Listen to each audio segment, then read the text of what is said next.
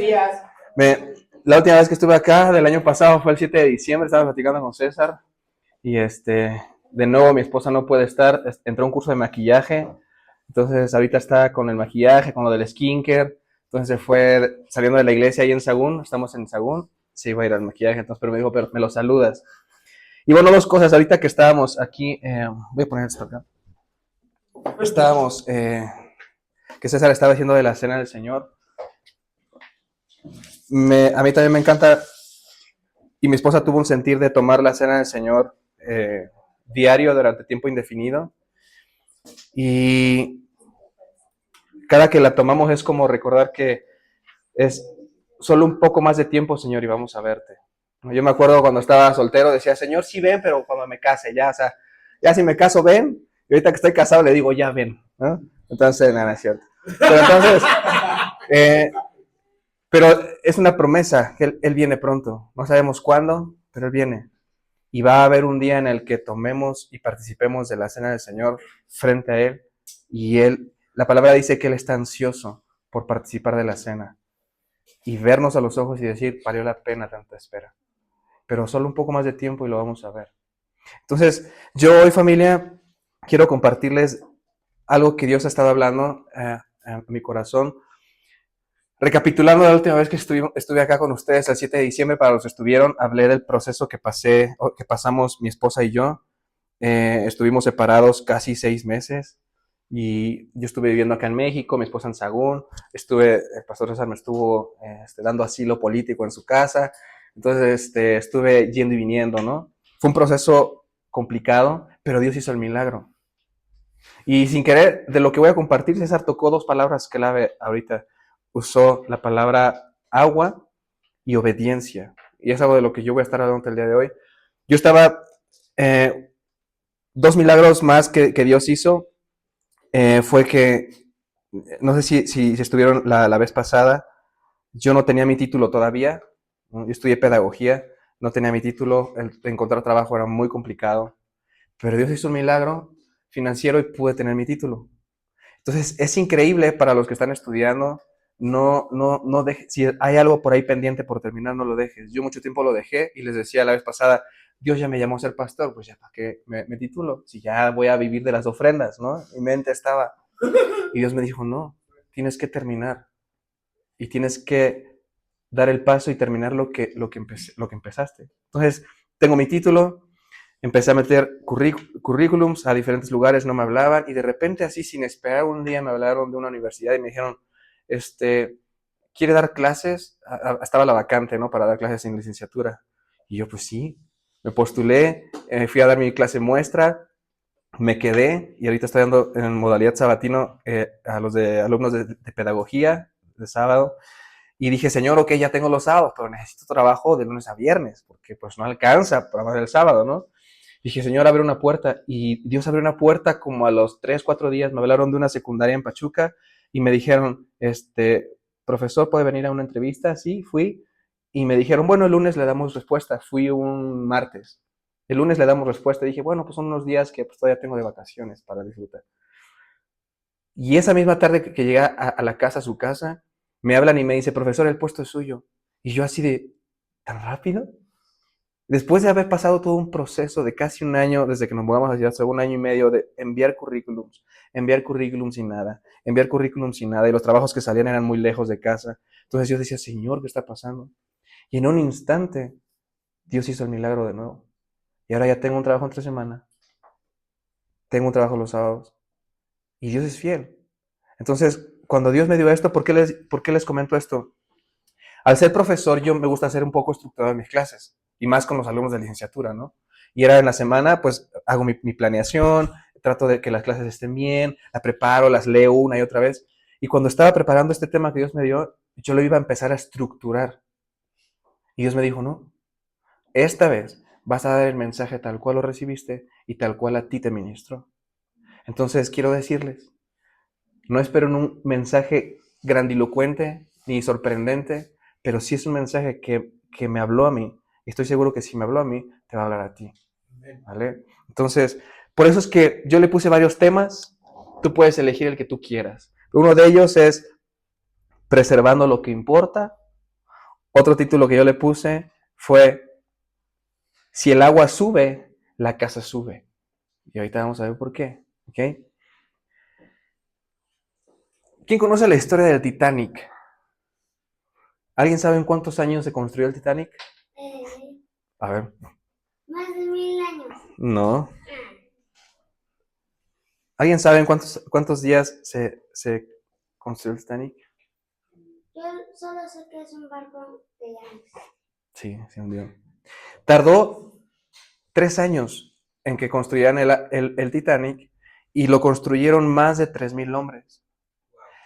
Más de 3,000 hombres se requirieron para construir el Titanic y se utilizaron más de 3 millones de como pijas o clavos para poder remaches. Más de 3 millones de remaches para poder soldar o sellar el barco y que quedara fijo. O sea, 3 años, 3,000 hombres y 3 millones de remaches. O sea, imagínate 3 millones de cosas para que el agua no entrara. Y se hundió. En su primer viaje, se hundió. Y cuando yo estaba recordando esto, Dios me llevó, porque estoy haciendo un devocional donde me propuse leer la Biblia en un año, porque siempre me propongo y nunca lo terminaba. Y dije, Señor, quiero leer la Biblia en un año. Y en ese plan, desde que empezó enero, estuve leyendo Génesis. Y Dios me estuvo hablando mucho de Génesis. Y cuando yo leí acerca de Noé y el arca, Dios me llevó a este ejemplo del Titanic. Y es bien interesante cómo un solo hombre, construyó un barco tan grande donde cabían animales. Pues imagínate la inmensidad de esta casa. Pero Noé tardó 75 años, casi una generación en construir algo que Dios le dijo que construyera. En medio de una generación que nadie creía que iba a ser posible que lloviera a la magnitud que Noé seguramente estaba diciendo, hey, arrepiéntanse, hey, arrepiéntanse. Pero te imaginas 75 años esperar y todos los días Noé se levantaba diciendo, Señor, ya pasó un año, pero tú dijiste que construyera un arca, la voy a construir. Y le dio 2 instrucciones bien sencillas a Noé. Dentro de todas, yo pude ver que 2 instrucciones fueron las que marcaron lo que Noé hizo con el arca. Número 1, le dijo, va a ser madera de acacia. Pudo haber utilizado cualquier tipo de madera, pero Dios fue muy específico que usara madera de acacia. Y número 2, le dijo, la vas a calafatear o la vas a sellar con brea. 2 cosas bien sencillas, 2 instrucciones muy claras por parte de Dios. Va a ser madera de acacia y la vas a calafatear o la vas a sellar con brea. Y qué interesante que esa casa o esa arca resistió un diluvio donde 40 días y 40 noches estuvo lloviendo. ¿Te imaginas? Y yo leyendo Génesis, si estás anotando rápidamente, Génesis 6:14.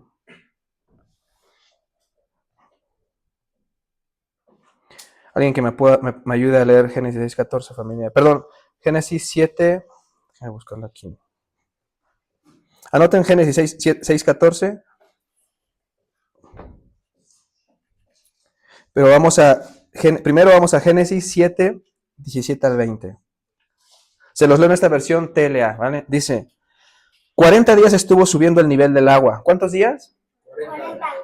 ¿Qué estuvo subiendo? El agua. Nivel del agua. Ahora, esto es una analogía de lo que pasa en nuestra vida. Nuestra vida no está exenta de que va a llegar tormenta a nuestra vida. Por eso Jesús hizo la analogía de 2 casas, ¿verdad? Una que estaba cimentada sobre la arena y una que estaba cimentada sobre la roca.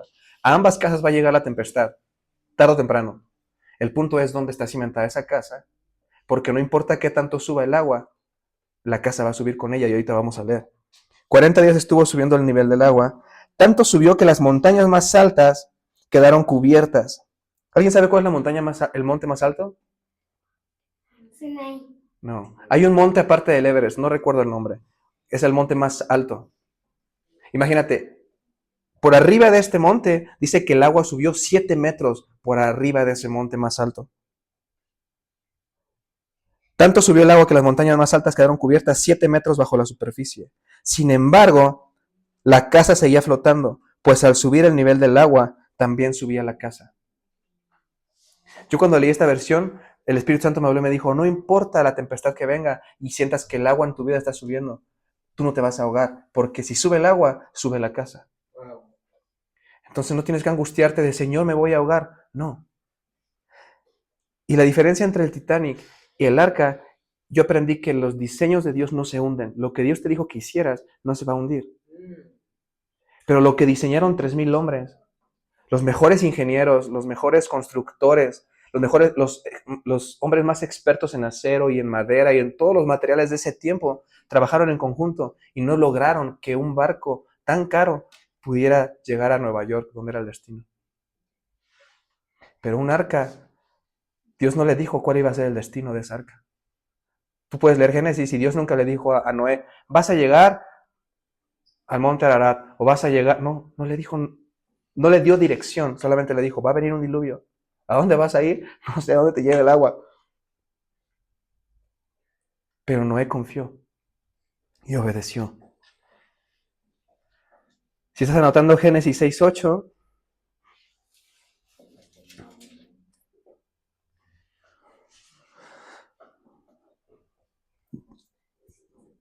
¿alguien sabe la historia de Noé? Porque capaz estoy hablando de Noé y dicen, caray, yo pensé que era Moisés quien había metido a los animales al arca. La historia y el resumen es que Dios estaba enojado con la humanidad, que Él quería destruir a la humanidad. La destruyó a través de un diluvio. Y le dijo a Noé, por eso dijo, voy a borrar de este mundo a la humanidad. Génesis 6, desde el 7 vamos a leer. Por eso dijo, voy a borrar de este mundo a la humanidad que he creado. Voy a acabar con toda la gente y con todos los animales. Estoy muy triste de haberlos hecho. Sin embargo, Dios se fijó en Noé y le gustó su buena conducta. ¿Y le gustó su qué? Buena conducta. La versión Reina Valera dice, pero Noé halló gracia ante los ojos del Señor. Y bien interesante, porque cuando tú lees la Biblia en varias versiones, a mí no sé mucho inglés, la verdad es que hay mucho, ¿no? La verdad es que entiendo algunas cosas cuando leo, pero me gusta leer mucho la versión de The Passion, ¿no? Hay muchas cosas que no entiendo, pero otras sí. Y traduje ese versículo, y algo que dice bien interesante es que es la primera vez que aparece la palabra gracia en la Biblia. Es bien interesante que Noé haya gracia. Y si tú lees más adelante, en otros capítulos en la Biblia, dice que los últimos días o los posteriores días van a ser como los días de Noé. Muchos van a beber y se van a dar en casamiento creyendo que el día del Señor no va a venir o que va a tardar. Y la realidad es que estamos en esos días de Noé, donde no sabemos cuándo. Y el arca representa a Cristo. Por eso nuestro deber es decirle a la gente, hey, viene un día en el que no va a haber chance. Va a ser como los días de Noé. Entonces, Noé halló gracia delante o ante los ojos del Señor. Génesis 6:9, seguimos leyendo, dice, Noé construye el arca, es el título, ¿no? Estas son las generaciones de Noé. Y vean, hay 3 características de Noé, ¿ok? Número 1, varón justo, era perfecto en sus generaciones, con Dios caminó Noé. Entonces, 3 características, ¿ok? La primera, y ahorita vamos, ¿por qué es importante conocer estas características? Para poder ir al punto donde quiero llevarlos, donde Dios me ministró a mí, ¿ok? Y lo que Dios me habló para hacer en mi casa durante este año. Porque todos tenemos esa como, ¿cómo decirlo? No costumbre, pero ese buen hábito de decirle, Señor, este año, ¿qué quieres? ¿Hacia dónde me quieres llevar? ¿Qué quieres que haga como familia? ¿Qué quieres que haga individualmente? ¿Qué quieres que haga? ¿Cómo puedo colaborar con tu plan? ¿Cómo puedo colaborar con lo que tú estás queriendo hacer? Y Dios me dio algo. Y ese algo te lo voy a compartir después de conocer cuáles eran las 3 características de Noé, que tú y yo las tenemos. Entonces, número 1 es que Noé era justo. ¿Ok? Número 2, perfecto. Y número 3, caminó con Dios. Ahora, ¿por qué Noé era justo si en la Biblia dice que no hay uno, ni siquiera un justo, ni hay alguien que haga lo bueno? ¿Por qué entonces Noé era justo? Y la realidad, familia, es que tú y yo somos justos. Es la única característica de Noé que no le correspondía ni era trabajo de Noé realizar. Tú y yo somos justificados por la fe. Es algo que tú y yo no podemos hacer con nuestro esfuerzo ni nuestro gran mérito. Entonces Dios estaba poniendo un indicio de lo que iba a hacer en estos días. No es justo, no por sus buenas obras, sino porque Noé me creyó a mí y por su fe fue justificado. Por eso Noé fue un hombre justo. Por eso toda una generación que Dios, te aseguro que todos los que, tú lees Génesis, Dios tenía la intención de que todos los que entraran al arca se salvaran. O sea, Dios es tan bueno que en medio de toda la destrucción que iba a haber y que le había dicho a Noé que iba a pasar, Dios le dijo, pero invita a la gente, los que quieran entrar van a ser salvos. Y la gente que dijo, no está, se le botó un tornillo. Y luego más, imagínate si tardaron 75 años. A veces Dios te dice que va a hacer algo y tarda un año y dice, Señor, creo que ya te olvidaste de mí. Porque queremos que Dios haga las cosas para ayer. Pero Dios toma su tiempo. Como en mi caso, si escucharon mi historia, yo le dije, Señor, ya restaura mi matrimonio para ayer. Dios me dijo, no, tengo que hacer que, como decía César hace rato, tengo que hacer de tu corazón un buen mayordomo para lo que va a venir. Y te voy a decir algo, familia. Dios tiene la intención de que todo lo que empieza, lo termina. Dios no tiene la intención de empezar algo y después decir, ay, creo que me dio flojera de terminar. Amén, yo te creo. Amén. Dios tiene la mayor intención de que lo que empieza, lo va a terminar. Y si Él te dijo que va a hacer algo, lo va a terminar. ¿Cuándo? No sé. Pero lo va a hacer. En mi caso, restauró mi matrimonio, restauró la parte que yo necesitaba de trabajar. Dios lo restauró. Solamente fue posible a través de la gracia y la misericordia de Dios. No hay otra explicación. No es porque, envié 500 currículums y tengo un buen perfil. No, tengo nada más una licenciatura. Entonces, no era justo. Número 2, perfecto. ¿Por qué no era perfecto? Si no hay perfectos. La perfección, Dios no busca perfección, busca excelencia, pero no perfección. Entonces, ¿por qué no era perfecto? Esta palabra perfecto viene del hebreo tamim, que quiere decir completo. No era perfecto porque Noé estaba completo en Dios. Y para esta palabra completo hay una palabra griega que es plero, P-L-E-R-O, acento en la primera O y otra O, plero, que quiere decir completo. Y cuando yo vi esta palabra, aprendí de esta palabra plero, te da o te proyecta 3 cuadros bien interesantes, porque no sé si sabías, pero el alfabeto hebreo y todo lo que tiene que ver con el idioma y la escritura no es lo mismo que en español. En español te dicen perro y es perro, ¿estamos de acuerdo? Pero en hebreo una palabra tiene muchos cuadros, tiene muchas connotaciones, te da todo un contexto de imágenes. No nada más es algo, esta palabra y ya. Entonces cuando yo vi esta palabra pleró, hay muchas imágenes que pinta, pero hay 3 muy específicas y muy interesantes. La primera es atiborrar. ¿Alguien sabe qué es atiborrar? Es muy de nuestro lenguaje latino, ¿sí o no? ¿Qué es atiborrar? Llenar. Atiborrar es satisfacer. Es llenar algo a tal punto que no hay espacio para nada más. En Él estamos plenos. No era un hombre perfecto, porque era un hombre completo, porque era un hombre donde no había espacio para nada más que fuera Dios. Entonces tú y yo somos completos en Él. No necesitamos nada más. O sea, sí, necesitamos comer, pero somos plenos en Él. Él es nuestra plenitud. Entonces, por eso es que no era perfecto. Si estás anotando, Colosenses 2, del 9 a 10. Colosenses 2, del 9 al 10. Dice, porque en Él habita, ¿en Él quién? En Cristo. Porque en Él habita corporalmente toda la plenitud de la deidad. Y ustedes están completos en Él, pues que es la cabeza de todo principado y potestad. Entonces, esa palabra está diciendo, tú eres pleno, tú estás completo, no necesitas nada más.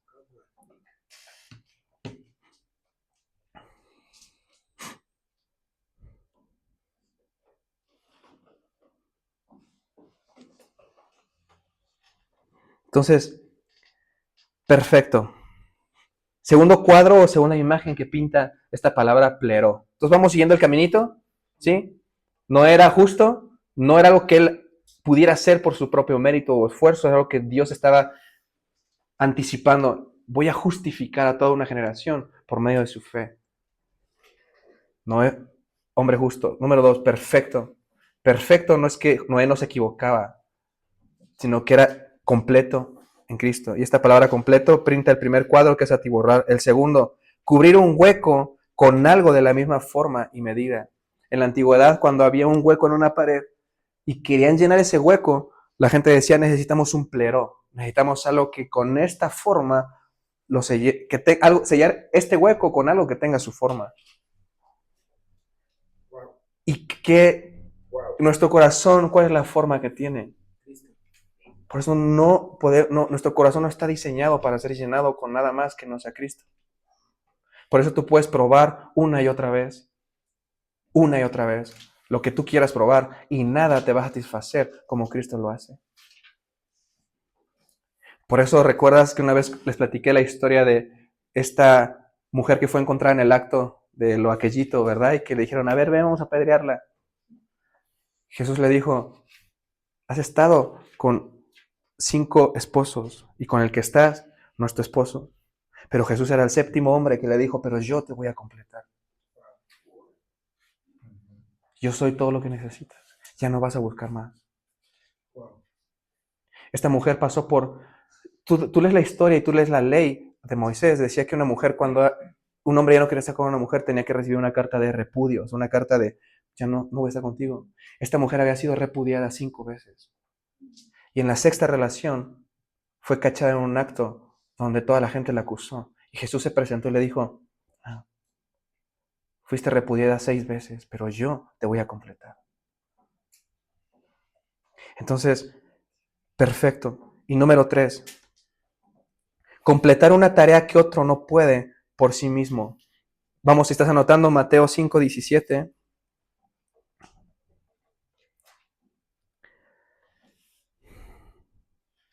Mateo 5:17.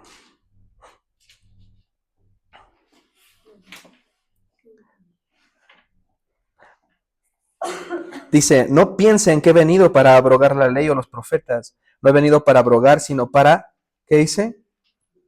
Cumplir. Jesús no vino a quitar la ley. Jesús vino a cumplir algo que tú y yo no pudiéramos haber cumplido. Entonces, esta palabra pleró, este cuadro bien interesante es, alguien viene a completar una tarea que otro no es capaz de completar por sí mismo. Pero Jesús vino y completó la tarea de la ley que tú y yo no podíamos haber hecho en toda nuestra vida. Pero lo triste es que hay gente que intenta seguir cumpliendo la ley cuando hay alguien que ya la cumplió. Tratamos de ganarnos cosas de Dios con nuestro esfuerzo, con nuestra buena intención, con ir a la iglesia, con orar diario, con ayunar, para ganarnos algo que Dios ya ganó en la cruz. ¿Vamos bien hasta acá, familia? Los veo con cara como de... ¿Y luego de qué te habló Dios? Ahorita vamos a ir para allá. Gálatas, si estás anotando, Gálatas 3.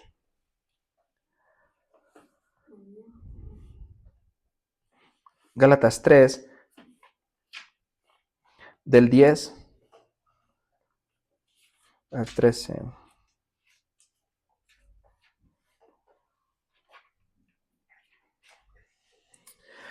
Porque todos los que dependen de las obras de la ley están bajo maldición, pues escrito está, maldito todo aquel que no permanece en todas las cosas escritas en el libro de la ley para hacerlas. Y porque la ley y que por la ley ninguno se justifica para con Dios. Es evidente porque el justo por la fe que vivirá. Y la ley no es de fe, sino que dice, el que hiciere estas cosas vivirá por ellas. Cristo nos redimió de la maldición de la ley, hecho por nosotros maldición, porque escrito está, maldito el que es colgado en un madero. Entonces es bien fuerte lo que dice, ¿quieres cumplir la ley? Vives bajo maldición, no vives bajo la gracia. ¿Quieres intentar ganarte algo bajo la ley? Hazlo, pero estás bajo maldición. Y Dios no quiere que vivamos en maldición, quiere que vivamos en bendición. Y número 3, caminó con Dios. No era un hombre que durante toda su vida caminó con Dios. Y para mí la evidencia es que no desistió en 75 años, levantándose todos los días, luchando en contra de la incredulidad de su familia, incluso, de sus vecinos, de la gente de su pueblo, de, pobre tonto, tanto tiempo desperdiciado. Ya se murió a lo mejor su nieto y todavía sigue construyendo lo que Dios le dijo. Ya abandónalo, Noé.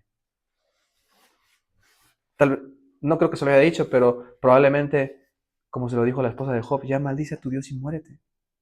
Yo me imagino que la gente le decía, ya no, o sea, ya párale con ese show de construir una casa que Dios te dijo en este lugar donde nunca ha llovido. Ya, párale.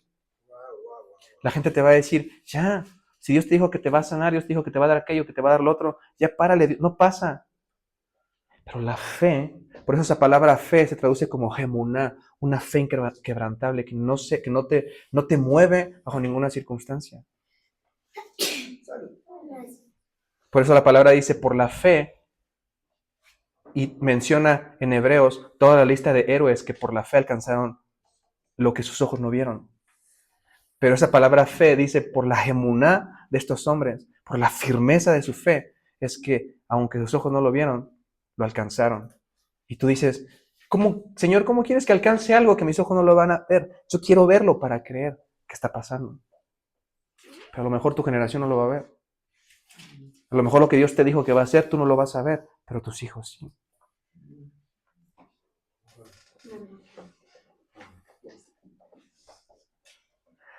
¿Vamos bien, familia? ¿Ya se durmieron? Génesis 6:14, ahora sí, ¿quién lo quiere leer? Génesis 6:14. 6, 14. Uh-huh. Harás pues para ti un arca de madera de acacia. La harás compartimentos al arca y calafatearás el exterior el exterior y el interior con brea. Ok. Entonces, vamos aterrizando. ¿Por qué vimos las características de Noé? Porque necesitamos esas características si queremos obedecer. Familia, no podemos obedecer si no estamos completos. O más bien, podemos obedecer, pero desde la carencia. ¿Recuerdas la historia de Jacob con su tío Labán? El que era papá de Rebeca y Lea. Jacob obedeció la voz de Dios cuando le dijo, sal de la tierra de tu tío Labán, porque yo te voy a bendecir. Pero la forma en la que Jacob salió de esa tierra fue mintiendo, porque no le dijo a sus esposas lo que realmente había pasado con Labán. Entonces tú puedes ser muy obediente con Dios, pero bajo una carencia y no bajo la plenitud de decir, en ti soy completo, Señor. Es muy diferente. Entonces, Noé tenía 500 años de edad cuando comenzó a hacer el arca. Y tenía 600 años cuando entró en el arca. O sea, imagínate, tardó 75 años, pero no a los 75 años entró. Dice que Noé tenía 600 años, o sea, todavía pasaron 25 años. Cuando tú lees esa historia, a mí me sorprende porque me sorprende y a veces me da un poco de cosita. Es como, Señor, entonces cuando ya tenga lo que me dijiste que me ibas a dar, ¿ya voy a estar listo? Probablemente sí, pero probablemente no. Noé pudo haber dicho, Señor, ya está el arca, ¿ya vamos a entrar? No, faltan todavía 25 años. Pero la fe de Noé, tú dime si fue o no fue probada. Sí.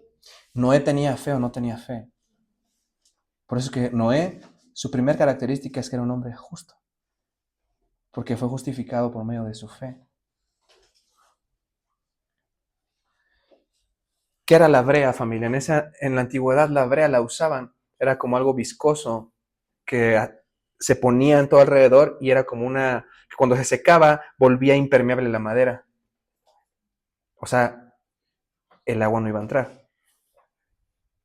Cuando yo leí esto, Dios me hizo una pregunta, ya es aquí donde el Espíritu Santo me habló, me dijo, Lalo, ¿cuál es la brea que vas a poner en tu casa en este año para que no se hunda? Y yo me quedé, cuando me hizo esa pregunta, yo me quedé pensándolo casi una semana. ¿Cuál es la brea? Pues Señor, tú eres ¿por qué me preguntas eso si tú eres el arca? La brea probablemente es tu sangre. Pero no, la pregunta del Espíritu Santo fue muy clara. ¿Cuál es la brea que vas a utilizar para que tu arca no se hunda cuando venga un diluvio? Porque familia, leemos que el diluvio era para destruir a la humanidad. Pero el corazón de Dios no era destruir. Dios nunca destruye sin aviso. Lo vemos con Sodoma y Gomorra. Dios nunca trae juicio de la nada y decir, ¡pum!, fulminado, ya, me deshice del problemita. No. Dios dice que va a hacer algo y lo avisa, lo anticipa. Las desgracias en la vida, familia, creemos que vienen repentinamente, pero no. El Espíritu, si es por eso lo que estábamos cantando en la mañana, yo lo estaba sintiendo principal. No era como que lo estaba cantando para que se escuche bonito. Todo lo que alguien comparta acá enfrente y todo lo que alguien canta acá enfrente, el primer probado es la persona que lo está haciendo. Yo cuando empecé con esto, yo estaba, Señor, pero ¿qué estoy cantando? Sí. Porque va a llegar un momento donde Dios me va a decir, no que mi voz sea lo más importante, lo que querías escuchar. Entonces, Dios le ordena poner brea en esa arca a Noé. La pregunta es, familia, para ti en esta mañana, ¿cuál es la brea que Dios te está pidiendo poner en tu arca?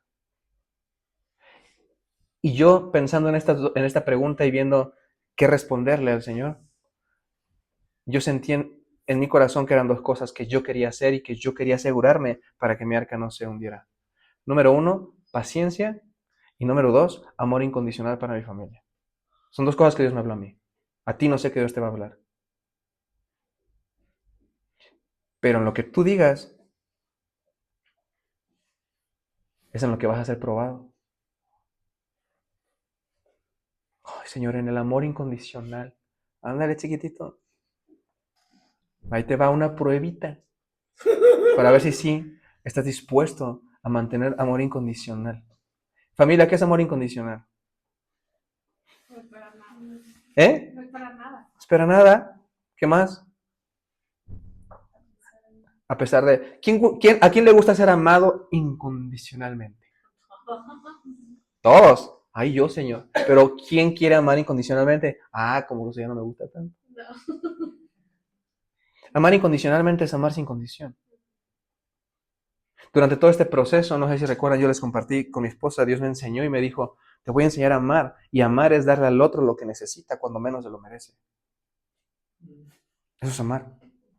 Por eso dice Juan 3:16, de tal manera amó Dios al mundo que ha dado a su Hijo unigénito. ¿El mundo se lo merecía, familia? Pero cuando menos se lo merecía, Dios dijo, voy a enviar a mi Hijo para que los vuelva a conectar conmigo. Eso es amar. Entonces Dios me dijo, amor incondicional para tu familia y paciencia.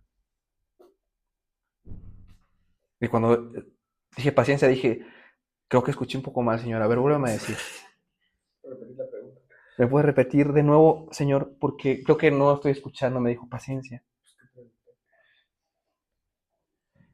Y yo no soy un hombre muy paciente, que digamos. Pero si no quiero que mi barca se hunda, o le pongo brea, o mi barca se hunde. O sea, con Dios, familia, no hay de, pues voy a, Señor, ¿qué tal si en lugar de brea puso resistol 5000? No. Si Dios te dijo brea, tienes que ponerle brea.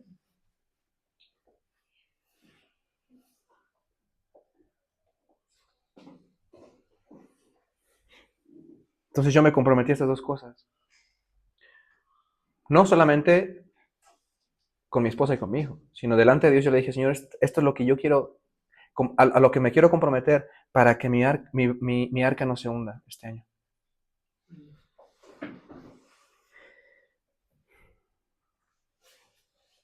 Vamos, si estás anotando, Santiago 1, 3 al 5, familia.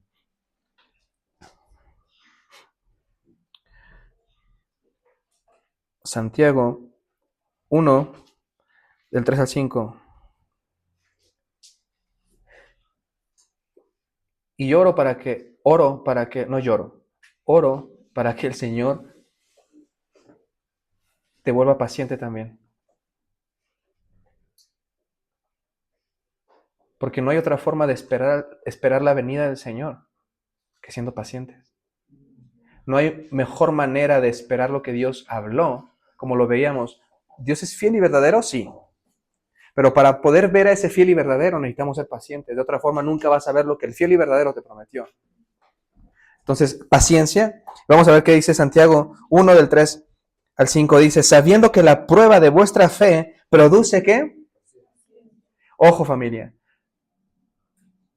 No es tu paciencia la que produce fe.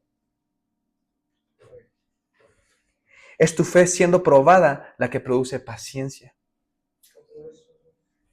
No es la paciencia lo que produce fe. Según este versículo, dice que la prueba de nuestra fe, o sea, la única forma en tener paciencia es que nuestra fe sea probada. Por eso Noé, no es como que dijo, ay, soy un hombre paciente, por eso tengo fe. No, no, no. La prueba de tu fe te va a convertir en un hombre paciente, Noé. La prueba de tu fe. Versículo 4, mas tenga la paciencia su obra completa para que sean perfectos y cabales, sin que les falte cosa alguna. Y vean esta versión de TLA, se los voy a leer. Dice, así cuando su confianza en Dios sea puesta a prueba, ustedes aprenderán a soportar con más fuerza las dificultades. Por lo tanto, deben resistir la prueba hasta el final para que sean mejores y puedan obedecer. ¿Puedan qué, familia? Obedecer. En lo que se les ordena. Otra versión dice, y cumplir con todo lo que se les ordena.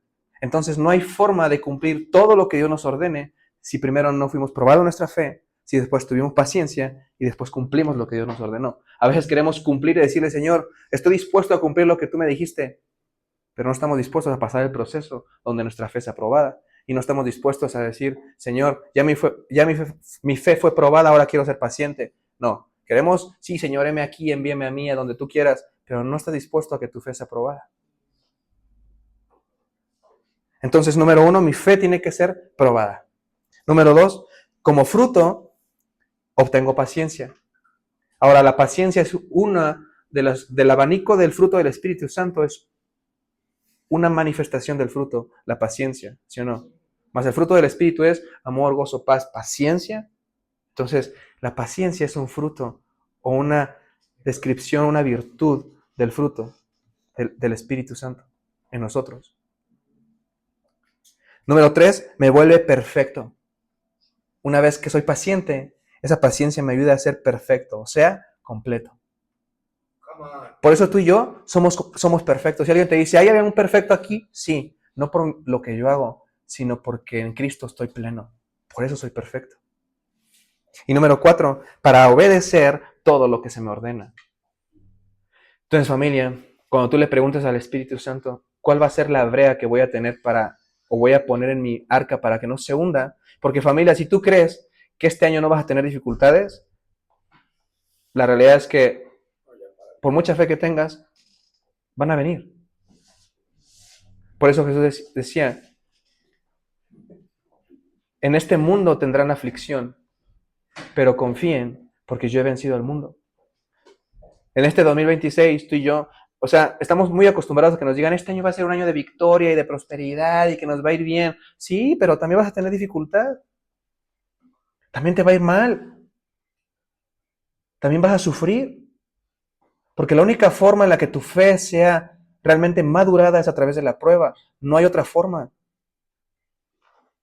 Estamos tan acostumbrados a que en la iglesia nos digan que las cosas van a ser fáciles Ángel, por favor, pon atención. Estamos acostumbrados a que las cosas en la iglesia van a ser fáciles, familia, pero no. Las cosas van a complicarse y van a ser como los días de Noé, donde quien quiera entrar va a entrar y quien no quiera entrar se va a quedar fuera. Entonces, necesitamos crecer y madurar. Una palabra que nos dio Dios como iglesia en Ciudad Sagún fue: este es el año de la madurez. Y madurar, familia, duele. A veces mi hijo me dice: papá, me duele la rodilla, papá, me duele el brazo, papá, me duele acá, porque sus huesos están creciendo. Pero el dolor, hay dos tipos de dolor, familia. El dolor que sabes que está doliendo porque hay algo que está creciendo, o el dolor que sabes que algo dentro de ti se está pudriendo y que necesita ser corregido. Pero cuando estás en el camino de la madurez, el dolor es más que bienvenido. No puede haber crecimiento en una iglesia, no puede haber crecimiento en tu persona, no puede haber crecimiento en tu carácter si no estás dispuesto a que duela. Yo sentía, amigo, decirte toda esta semana cuando estuve hablando por ti, y ahorita yo lo sentí bien fuerte. Lo que estás sintiendo en tu cuerpo no es para otra cosa, sino es como Dios diciéndote: el dolor que estás sintiendo ahora es para que recuerdes que va a haber un tiempo de madurez en mi iglesia. No te va a destruir, pero estás siendo capaz, amigo, de sentir el dolor, no de la destrucción, ni de la podredumbre, ni de la infección. Estás sintiendo el dolor del crecimiento para la madurez. Entonces, familia, necesitamos dolor en nuestra vida para madurar. Y no es que a Dios le gusta que sufras. A veces tenemos esta idea de: ay, Señor, pues sí, quieres que sufra porque eres un Dios bien cruel. Quieres que me la pase llorando. No, Él te quiere perfeccionar.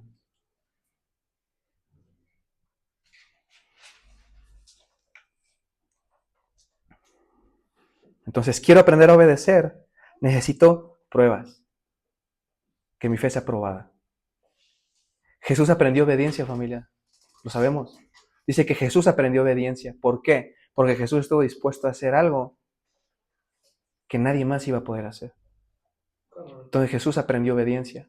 A ir en contra aún de lo que parecía difícil. O sea, yo quiero que entiendas algo. Sí, Jesús era hijo de Dios y Él pudo haber dicho: pues sí, latíenme, pues me va a doler un ratito, pero después voy a volver a la vida.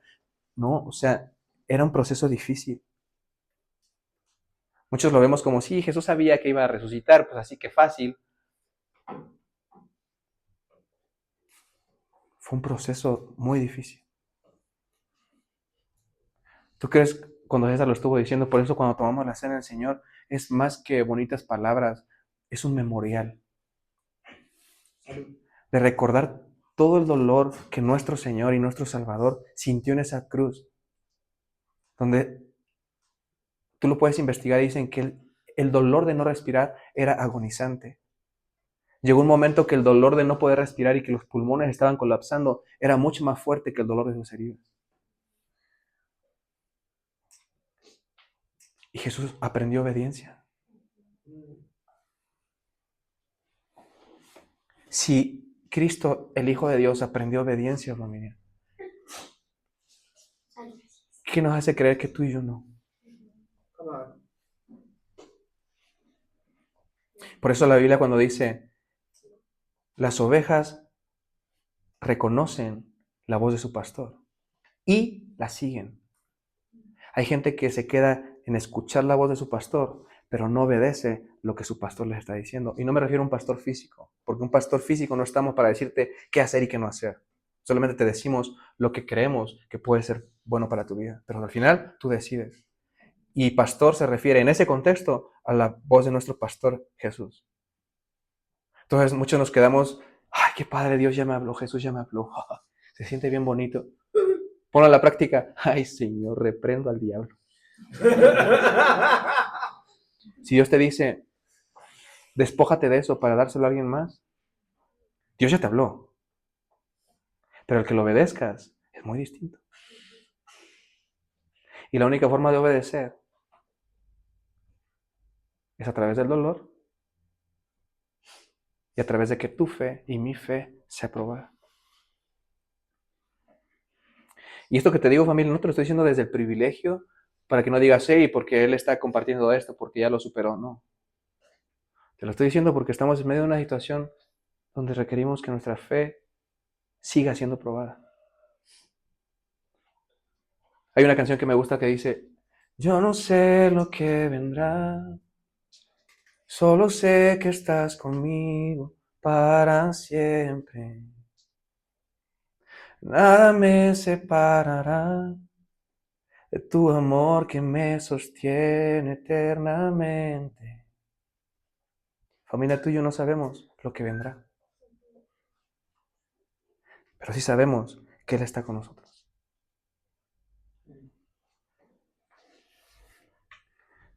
Noé aprendió a ser paciente al esperar 75 años de pruebas diarias. Cada mañana era una prueba para Noé durante 75 años. Terminaron los 75 años y creyendo que ya estaba superado, Dios le dice, faltan otros 25 para poder entrar. Aguantó burlas, insultos y incredulidad de todo un pueblo, pero se mantuvo obedeciendo. Familia, hay gente que obedece una vez, pero ya no se mantiene obedeciendo, que es muy distinto. Yo puedo obedecer la primera vez y Dios me dice, Lalo, subes escalón. Ok, Señor, ahí voy, ya lo subí. ¡Ay, qué obediente soy! Mantente obedeciendo. No, ya, mejor hasta acá. Entonces no es cuestión, o sea, vemos cómo vivir bajo la gracia tiene sus complicaciones, familia. Tiene su grado de dificultad. Entonces, ya la gracia me capacita a obedecer, pero necesito gracia todavía para seguir obedeciendo. Porque Noé pudo haberle dicho, sí, Señor, voy a obedecer, voy a construir el arca, pum, la primera tabla. Señor, ya me cansé, ya. O el primer año, 2, 3, 10, 20 años, 30 años. Señor, aguanté demasiado.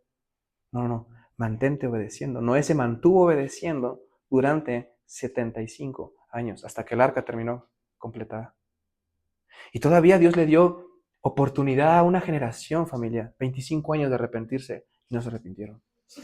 Todavía, esto es bien sorprendente, y cuando tú lees la Biblia, cuando yo lo que hice este año fue, porque antes leía la Biblia, Señor, leo la Biblia, pero este año yo dije, Señor, antes de leer la Biblia, yo le digo, Espíritu Santo, háblame. ¿Qué quieres que entienda? Y hasta ahí fue cuando esta palabra entró en mi corazón, porque muchas veces había leído esta palabra de hebrea, pero en ese momento hubo algo que iluminó mis ojos. Y fueron 75 años donde la gente vio que el arca ya estaba terminada, ya estaba culminada, ya estaba bien bonita, todo ya estaba bien, pero aún así esa generación siguió diciendo, no va a pasar nada. Entonces a lo mejor Dios te dice que hagas algo, familia, y lo vas a terminar. Y aún así tus familiares no van a creer. Dios va a hacer el cambio en tu carácter a tal punto que digan, esta persona es otra, pero aún así tu familia no va a creer. Van a haber milagros en tu vida como sanidades, como provisión, que eran imposibles y aún así la gente no va a creer. Porque no se trata de nosotros, no es de lo que podemos hacer. Pero va a haber un día que vamos a ver a los ojos al Señor y decirle, hice lo que me pediste. Y Él va a decir, bien, buen siervo y fiel, entra en el gozo de tu Señor. Amén. ¿Te mantuviste obediente? Entonces, no solamente necesito obedecer, sino mantenerme obedeciendo. Y la única forma es atravesando la prueba de mi fe, siendo paciente y siendo perfecto, completo.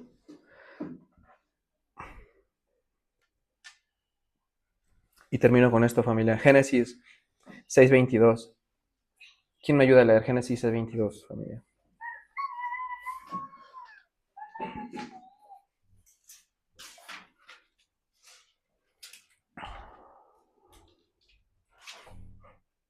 E hizo Noé todo lo que Dios le mandó, así lo hizo. Gracias, sí. Dice, y Noé siguió con cuidado todas las instrucciones que Dios le dio. La Biblia, familia, es increíble cuando Dios detalla algo. Porque pudo haber hecho, Noé hizo todo, y lo terminó, ya. No, dice, y Noé hizo todo con cuidado, o hizo con cuidado todo lo que Dios le pidió. Hay gente que obedece y termina la tarea, pero hay quien obedece y termina la tarea perfecta. Si ven la diferencia, puedo terminar la tarea o puedo terminar la tarea perfecta o perfectamente. ¿Qué tipo de persona quiero ser? ¿La que termina una tarea que Dios me asigna o Dios me encomienda? ¿O alguien que termina esa tarea perfectamente? Y Jesús fue la muestra cuando estaba en la cruz y sus últimas palabras fue, consumado es. O sea, él dijo, no solamente hice la tarea, Padre, la hice perfecta. Por eso hay una palabra que en griego que es tetelestai. Completar una tarea de manera perfecta.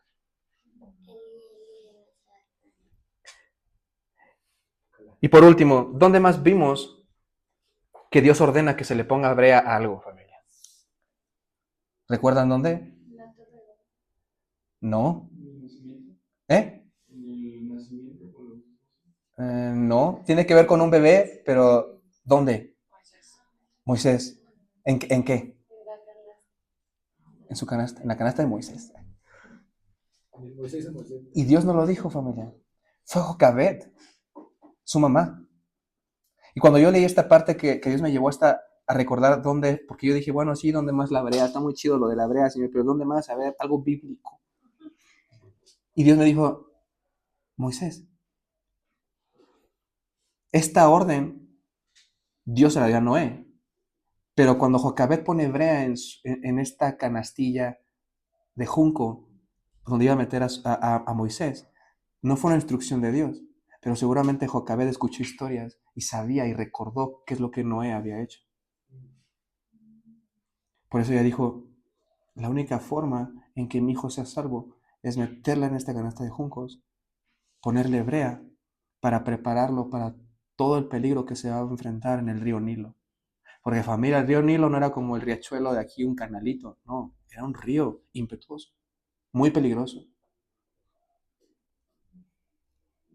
Imagínate dejar un bebé a la deriva en medio de un río donde no sabes a dónde va a llegar. Porque Jocabet tampoco sabía dónde iba a llegar como el arca. Pero la prueba de su fe la ayudó a ser paciente y pudo obtener el fruto. Porque sabes la historia. Cuando la hija de Faraón recibe esa canastilla, preguntó, ¿hay alguna nodriza que pueda cuidar a este bebé? ¿Y quién crees que fue la nodriza que iba a cuidar a su bebé? Jocabet. Hay cosas que Dios te va a dar, familia, que te vas a tener que despojar para dejar de ser dueño y convertirte en mayordomo. Good word. Y tú y yo no somos dueños de nada. Somos mayordomos de todo lo que Dios nos ha dado. Por eso cuando Dios restauró mi matrimonio dijo, ahora papacito, tú vas a tener que ser un buen mayordomo de lo que voy a hacer. Porque si no eres un buen mayordomo, lo vas a volver a destruir. Y lo comenté la vez pasada. ¿Dios es un Dios que quiere hacer el milagro? Sí. Pero Dios no mantiene el milagro. Te toca mantenerlo a ti. Hay gente que recibe sanidad, pero sigue tomándose 2 litros de coca diario.